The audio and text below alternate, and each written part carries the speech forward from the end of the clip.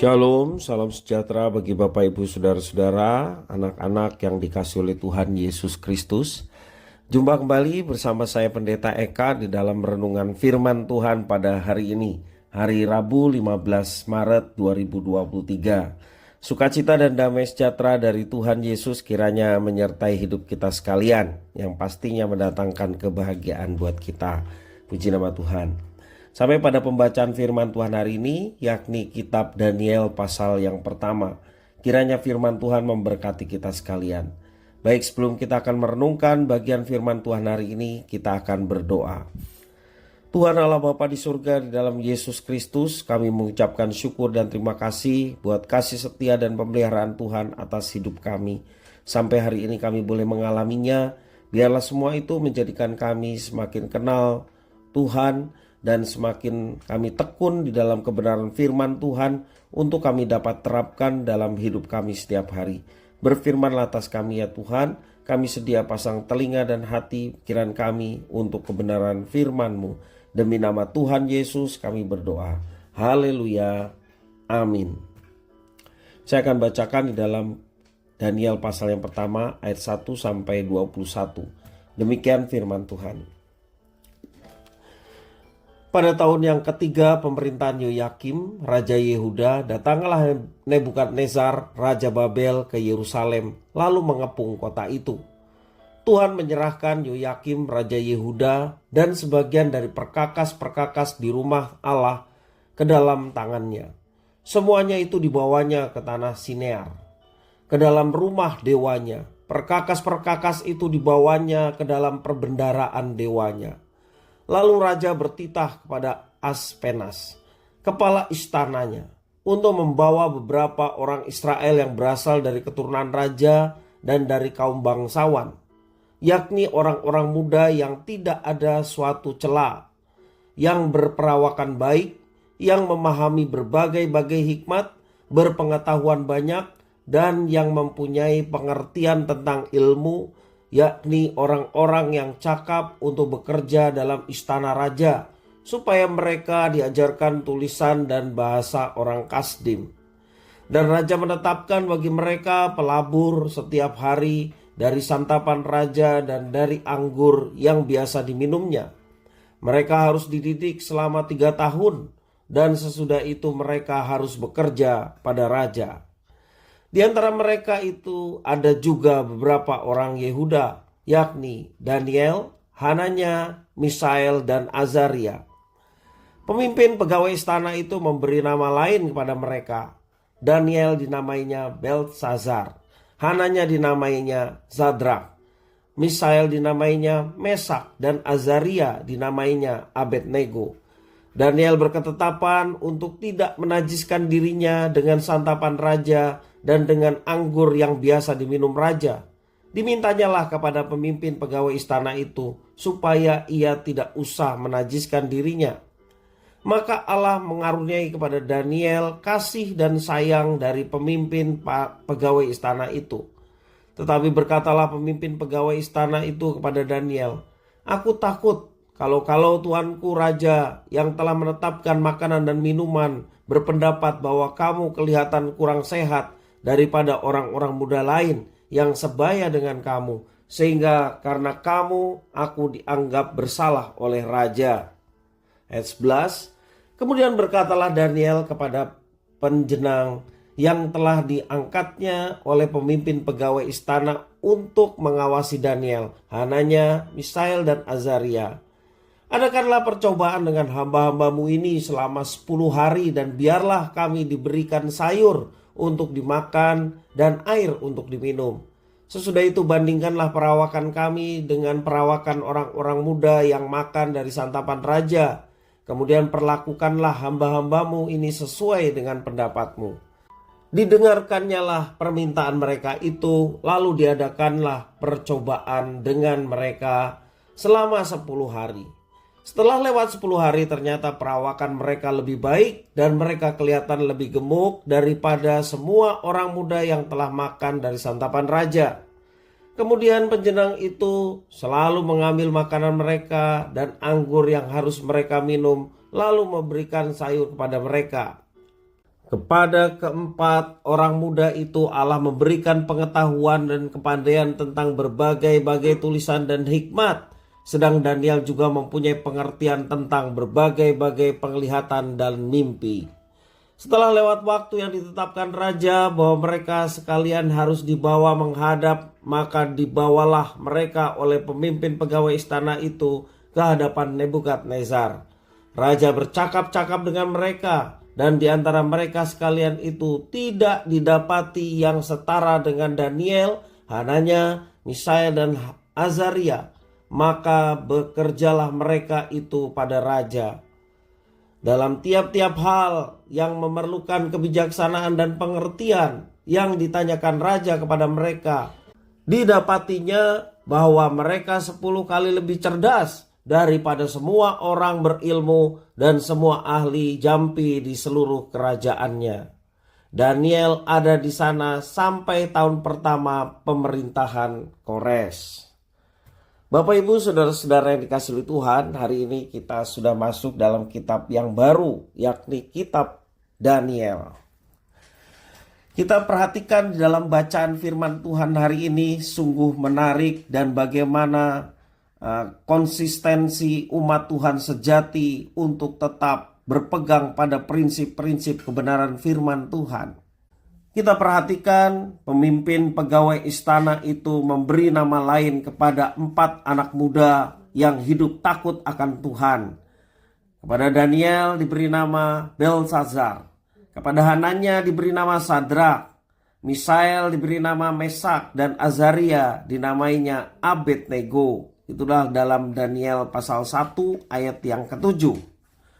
Masa muda sering disebut masa mencari jati diri, di mana biasanya mereka dianggap belum dewasa dan mudah terpengaruh oleh keadaan dan situasi sekitar.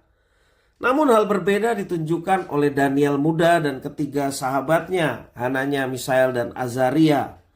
Mereka adalah orang-orang Yehuda yang turut diangkut menjadi tawanan ke Babel. Karena memiliki banyak kelebihan, di dalam ayat 3 sampai yang keempat, mereka memiliki banyak kelebihan. Mereka dipersiapkan untuk melayani Raja Babel dengan syarat dan seleksi yang sangat ketat. Selain belajar bahasa dan budaya yang baru, mereka pun mendapatkan penggantian nama, ya, sesuai dengan nama di Babel. Nama adalah salah satu identitas penting. Itu mengingatkan mereka akan siapa mereka dan apa yang mereka percayai. Sesungguhnya nama mereka bagus-bagus, ya. Daniel itu berarti Allah adalah hakimku. Hananya itu berarti pemberian Allah. Misael berarti yang seperti Allah. Dan Azaria berarti ditolong Allah. Identitas mereka itu diganti dengan Belsazar. Belsazar itu artinya disukai dewa Bel. Sedangkan Hananya yang diganti Sadrak. Sadrak itu berarti perintah dewa aku. Sedangkan Misael yang diganti dengan Mesak. Mesak berarti tamu raja. Dan Azaria diganti nama Abednego berarti hamba dewa Nego. Ya.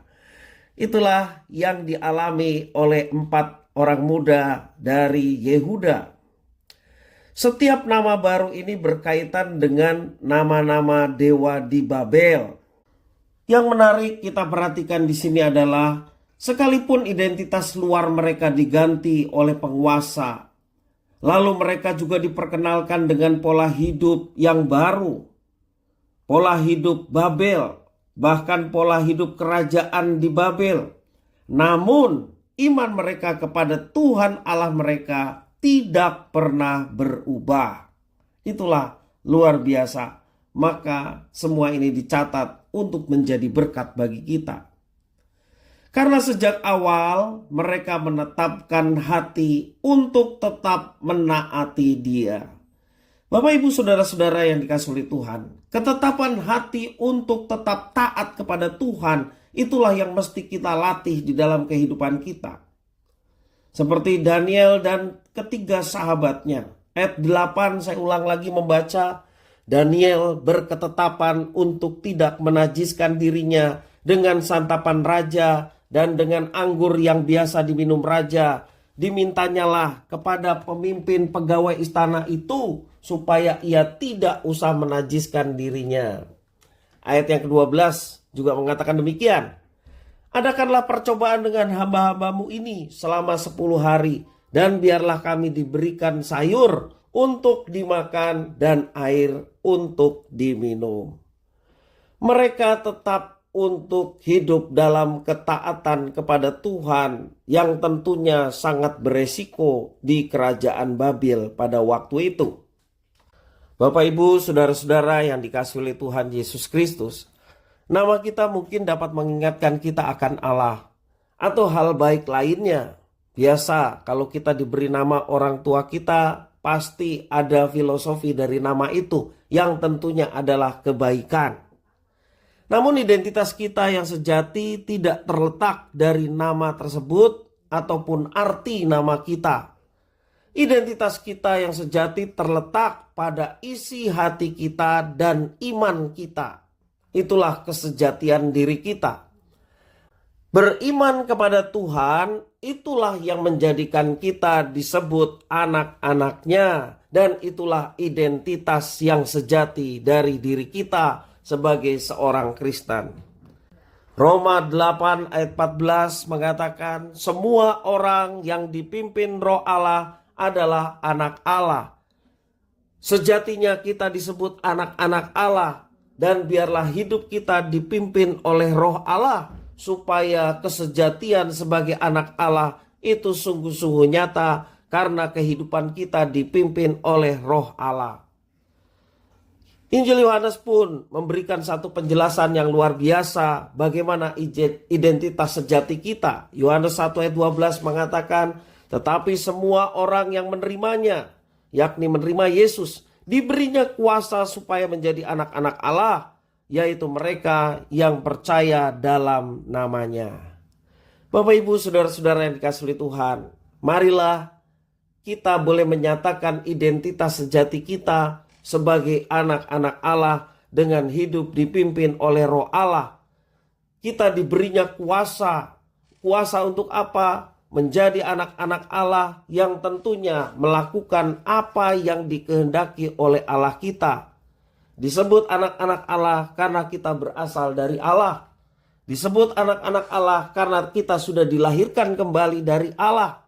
Sehingga kita sudah selayaknya harus melakukan satu tindakan yang mencerminkan identitas kita sebagai anak-anak Allah. Hidup dalam kasih kepada sesama, hidup saling mengampuni satu dengan lain, bekerja dengan baik, belajar dengan sungguh-sungguh. Sesuatu yang baik dimunculkan dalam kehidupan anak-anaknya, dan itulah menjadi identitas kita. Dan melalui iman percaya kepada Kristus, kita menjadi anak-anak Allah yang terkasih. Itulah identitas yang hendaknya kita hidupi dalam kehidupan kita setiap hari. Kiranya firman Tuhan memberkati kita. Mari kita berdoa. Terima kasih ya Tuhan atas firman-Mu. Terima kasih atas identitas kami sebagai anak-anak-Mu. Dan kami mau memiliki tanggung jawab sebagai anak-anak-Mu, yakni hidup dipimpin oleh Roh-Mu. Dan kami mau melakukan apa yang diperintahkan Tuhan dengan segenap hati. Sehingga Tuhan menyertai kami dalam setiap kehidupan kami. Dan hidup kami pun boleh menjadi pengaruh dan berkat yang baik buat orang-orang yang ada di sekitar kami. Terima kasih Bapa, terpujilah nama-Mu. Tolonglah kami untuk menjadi pelaku-pelaku firman. Demi nama Tuhan Yesus Kristus kami berdoa. Haleluya. Amin.